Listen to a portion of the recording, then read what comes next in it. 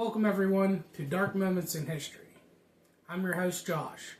And I'm Zach, and I have a feeling we're going to be going on quite a ride. I'm going to regret it enormously. You say that every time. Well, everything you've picked either has something exploding or something disappearing. It gets me nervous about your state of mind. It's a fair point, but I don't mean to do that. I get it, but where are we going, oh fearless leader? What is our place to start at today? We're gonna start this episode with going to Chernobyl. Why are you looking at me like that? Why are you looking away? Chernobyl. Yeah. Chernobyl. They one got place that Ferris no one... wheels. They got a lovely park. A lot of trees. I think some animals. The one place that no one says casually, I'm going to Chernobyl for my spring vacation. No. So not that Chernobyl. No. Which Chernobyl then? We'll be more specific. The night the world changed at reactor 4. Changed. So we're going to that Chernobyl. Yeah. Okay, just make sure we're on the same page. So when you say change, is this kind of like a polite way of saying this is going to get ugly? It is. It is. We'll go with you. Okay. Lead in. So, Chernobyl nuclear power plant, which is in Ukraine now, which at the time was actually part of the Soviet Union. So, Cold War, Soviet, what is now Ukraine? Correct. So, big brass balls, worth of confidence, little to no safety, but a lot of confidence. Maybe too much confidence? Well, if you've read a history book, you're about to understand how confident they were. So, Reactor 4 I'm already not liking this. was scheduled for a safety test, which they normally do in most nuclear power plants. There will be an image behind me, or covering me up right now, showing how a nuclear power plant works. Schematics on how a reactor itself works. So, safety test, Reactor 4, Chernobyl, 1986. This is already sounding bad, and I'm guessing they were rushing this. Yeah. They were testing whether the reactor could safely power its cooling system during a small, maybe, power outage. So basically, typical Soviet thing. If everything goes wrong, it may not go wrong. That's the idea. Okay. But the reactor had a fraction design flaw in it because it was unstable at lower power levels.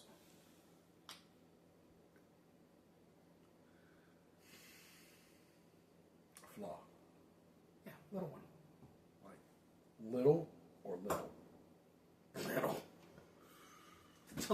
So it's like... Just that I knew. So it's like you're saying, if I'm just going to be driving my car down the road, I hit the brakes and then the whole thing explodes. That little. Not a perfect analogy. But emotionally, yeah. Emotionally. Yeah. Soviet emotionally. Yeah. Okay. We're going to go back to April 25th, 1986. Late night shift begins their test. You were alive during that, weren't you? I was almost 3 years old, and a couple more months after that, I'd have been 3. So yeah, I was 2 at the time when this went up. And this is the timing for this. So it's a late night shift change. Correct. So we're already figuring it's like, you're coming in for the late shift. Do you care? I know most of you wouldn't care who works day to night shift. So you're coming in, the guy's trying to tell you, hey, this needs to be done. Just go whatever. I already know what's going on. Kind of thing. You know, I'm not going to lie. April 25th, I guarantee that was a Friday. It's never Friday in Soviet Russia. Yeah, but they got really good vodka. How do you think they lived there? Duh. Aha! So, already suspicious timing. So, what, pray tell, happened?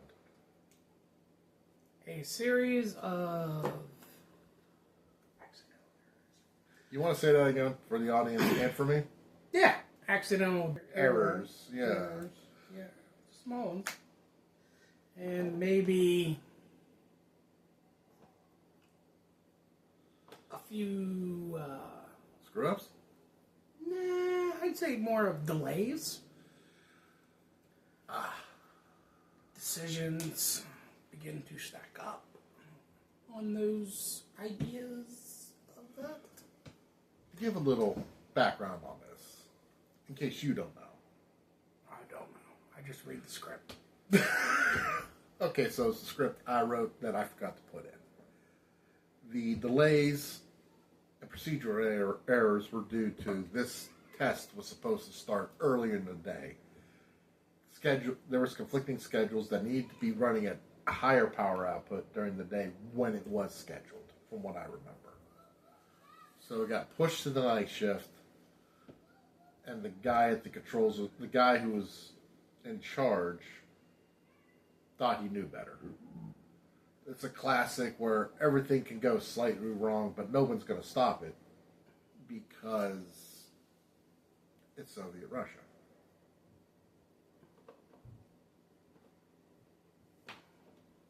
Exactly. Man, it is exactly what happened. Mm-hmm. So, what next? Power might have dropped too low and then maybe spiked up a few times. That's all. Nothing serious. A few times. Mm-hmm. Understatement of the century, and that's not a good pattern when you're running a reactor like that. Well, it's kind of like a heart monitor, right? You want to go do, do, do, do, do, do, do, do. You don't want to go bee. Yeah, but you also don't want it to go too fast. That's also bad for your heart. Yeah, but I don't know if that's good for a reactor. Is it supposed to be like It's a slow short climb. bar, long bar? Slow climb up. So it's like you going upstairs. Call me old? Now, I'm just stating a fact that it takes you a long time to go upstairs. So that's not a good pattern, is what you're getting at. No, it's not.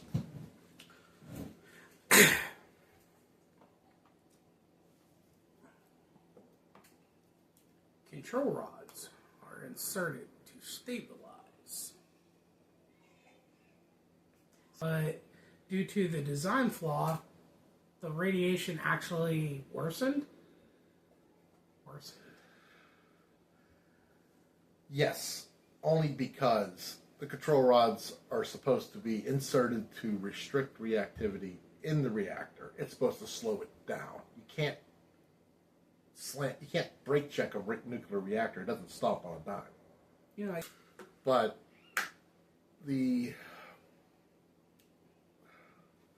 what made these control rods screw this whole thing up is with the tips are made of graphite, and the graphite momentarily increases the production of, and just that tip tip the scales. So, we have an out-of-control reactor. Mm-hmm. They tried shutting it down. Correct. What happens, for those that don't know? At 1:23 a.m., Good time for things. reactor 4 might have a tiny bit detonated. I want to say that's a strong word, detonating, but... It's the correct one. Yeah,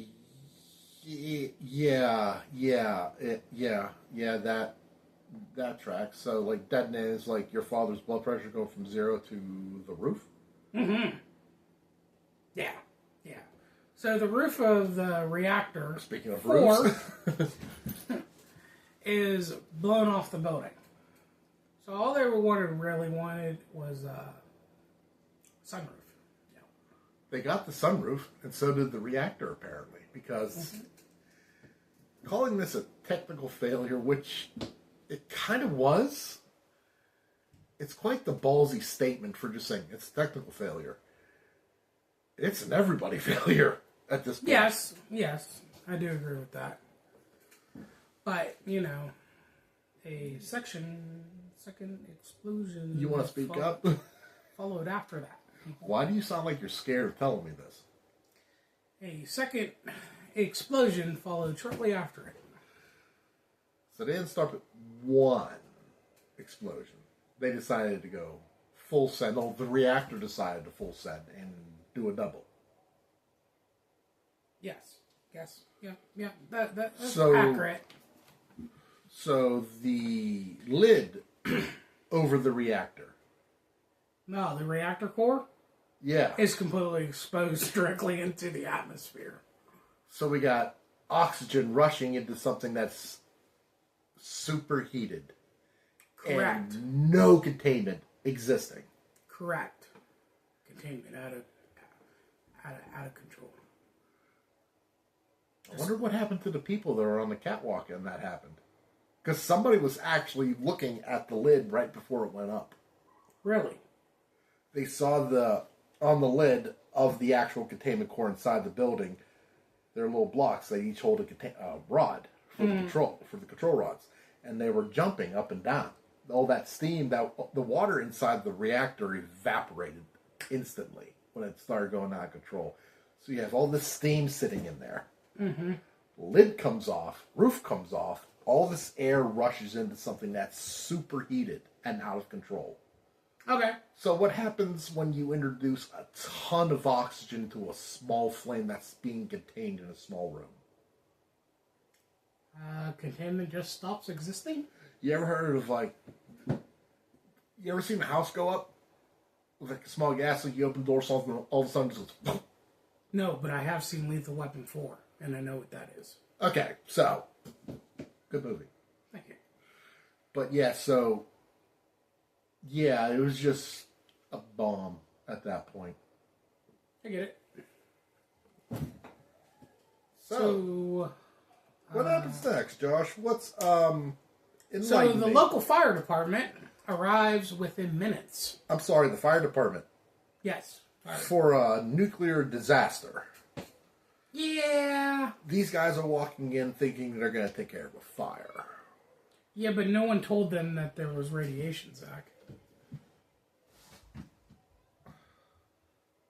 That should piss. Pardon my language, but that should piss every one of you guys off as much as it does me, no matter how many times I hear it. It's...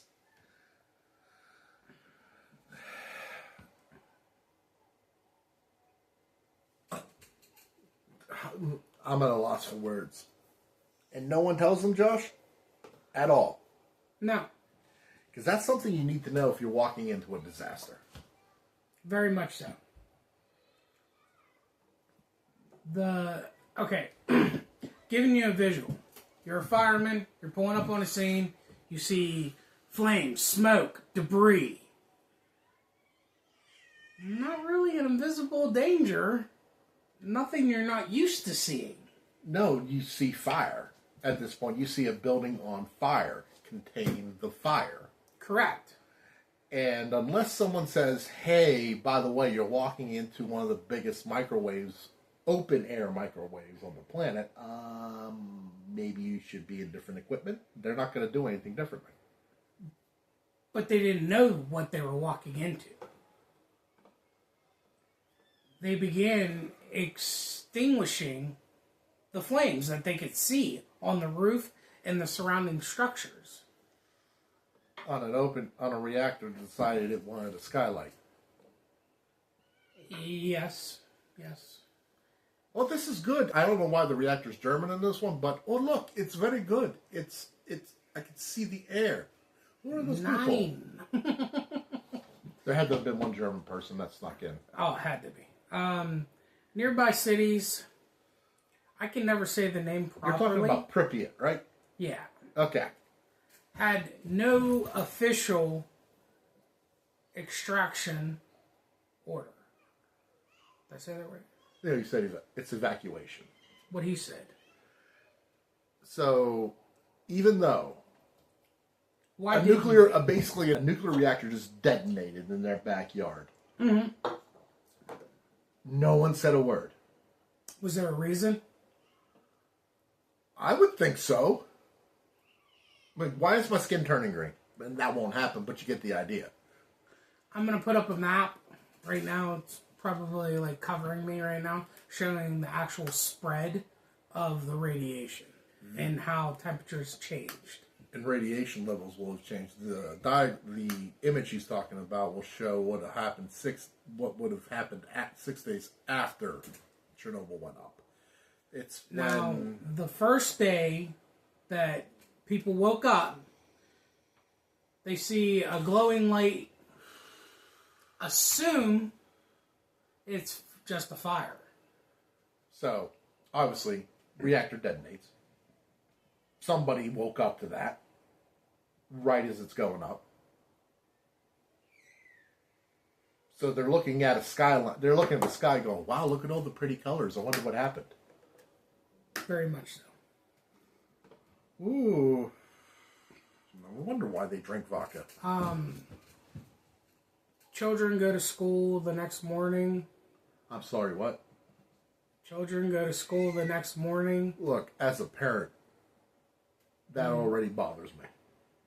And it should. No. Yeah, it should, but no, don't go outside. Matter of fact, don't go anywhere near the windows. As the radiation levels become unstable, You mean undeniable? Unstable? Undeniable. There's a D in there. What the? Oh, buddy, did you put that D in there? All the time. I think I got a kid. Yeah. As radiation levels become...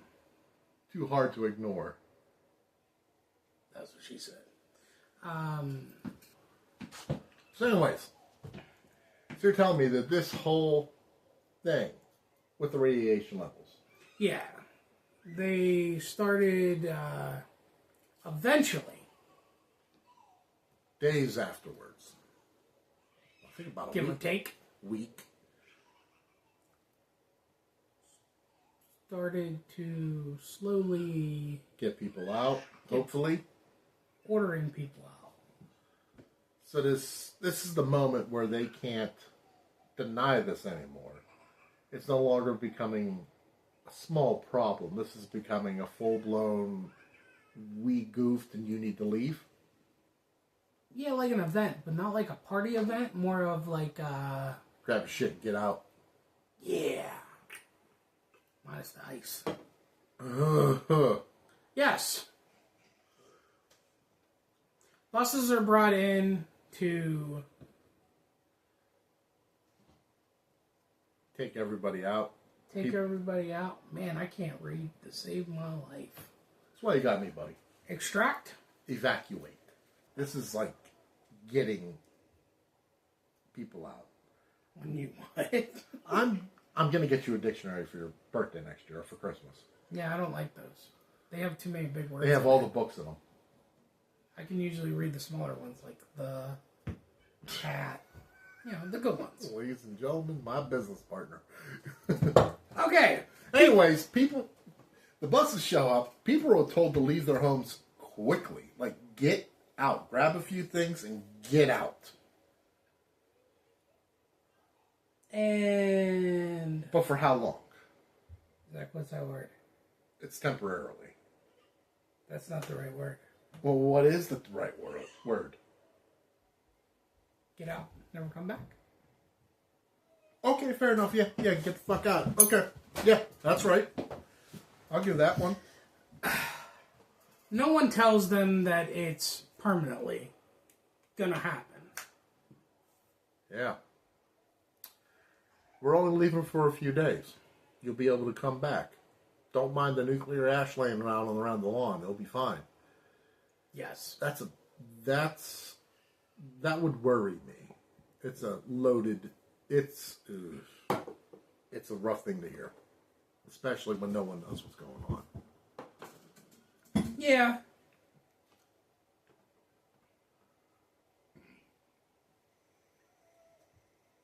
After the fires, after the explosions, there was silence. And that's the part people usually forget about. Yeah. Not calm silence. More like empty silence. Like in outer space. Like something was erased instead of it just ending for it.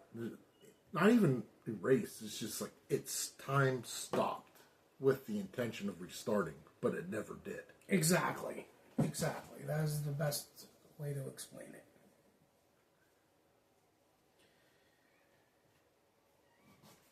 So we'll paint you a picture here. Reactor 4 housing is completely gone. So the lid is completely gone.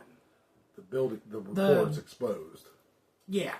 The structure is still there. To this day, it's still there. The whole building, the whole housing, the whole 4 reactors are still there. It's shut down now, but the building is, even for the part housing reactor 4 is failing. Yes, exactly. This is Dark Moments in History. Where sometimes the loudest moment is followed by something worse. Silence of the Lambs. Just kidding. It's a good movie. Mm-hmm. And this is just the beginning. Yeah, it is. I love how you're getting pumped up for something that's going to get worse. Leave me alone. Thank you for watching and listening.